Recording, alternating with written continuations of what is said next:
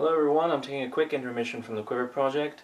I went back into town and went back to Tandy Leather. Some of the things that I bought here, I bought on sales that anyone can have. Some of them I bought that the club members get, the $40 a year membership. It actually does save you money in the long run.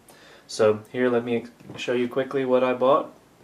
I bought these scissors. They're normally, I think, $40 or $50. They are leather shears specifically, made in the USA. Just to give you an idea of why I bought these, this is some pretty thick 1/4-inch leather, and it has absolutely no problem cutting straight through that. This is very useful when you try to cut curves in leather and you want it to look smooth, single cut. So those are the scissors. Thread was half price, so I already had black, so I bought dark brown and white. I bought some more lace needles. I actually broke the lace needle when I did that other lacing project. That's why these come 10 to 100 in a pack. I bought some curved needles, and those are used in certain circumstances where you have to go straight through a couple pieces of leather that has curved holes already put into them. I bought this tool. This is a very useful tool. It was also on sale. It's usually like $6. It's a little nylon guide for your swivel knife. Essentially, your swivel knife blade goes through here, and the screw's tight at the moment. Let me loosen it. Swivel knife blade goes through here, and you can set the distance from the edge, and this will allow you to make borders.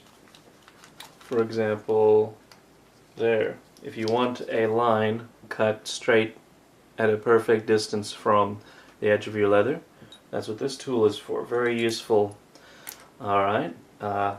These little things are called conchos. If you've ever seen an old western, like, extravagant cowboy belt or a lot of other things, these are what are on them. That's called a concho. It's a metal piece that screws, you make a hole, and then it screws onto your leather project.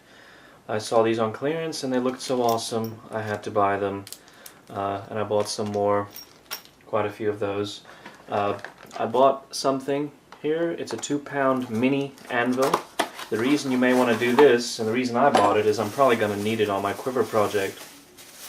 If you need to, inside of a boot or something, put a rivet, this allows you to have something to hit on. If you don't always have a flat surface like this to work on, you can put it inside of the boot or inside of the quiver and set the rivets or snaps. So there you go, anvil. Here, these little bottles are black leather dye, oil-based. It's pretty much, if you want something black, this is what you use. Usually a 4-ounce bottle like this is about $7 or $8. These were on sale for $2. I bought 5 of these. And if you can see here, these are wool daubers, made from wool. And what you use these for are to dye. You use your dye, dip it in this, and you can spread it around your stuff. There's 100 of these in here.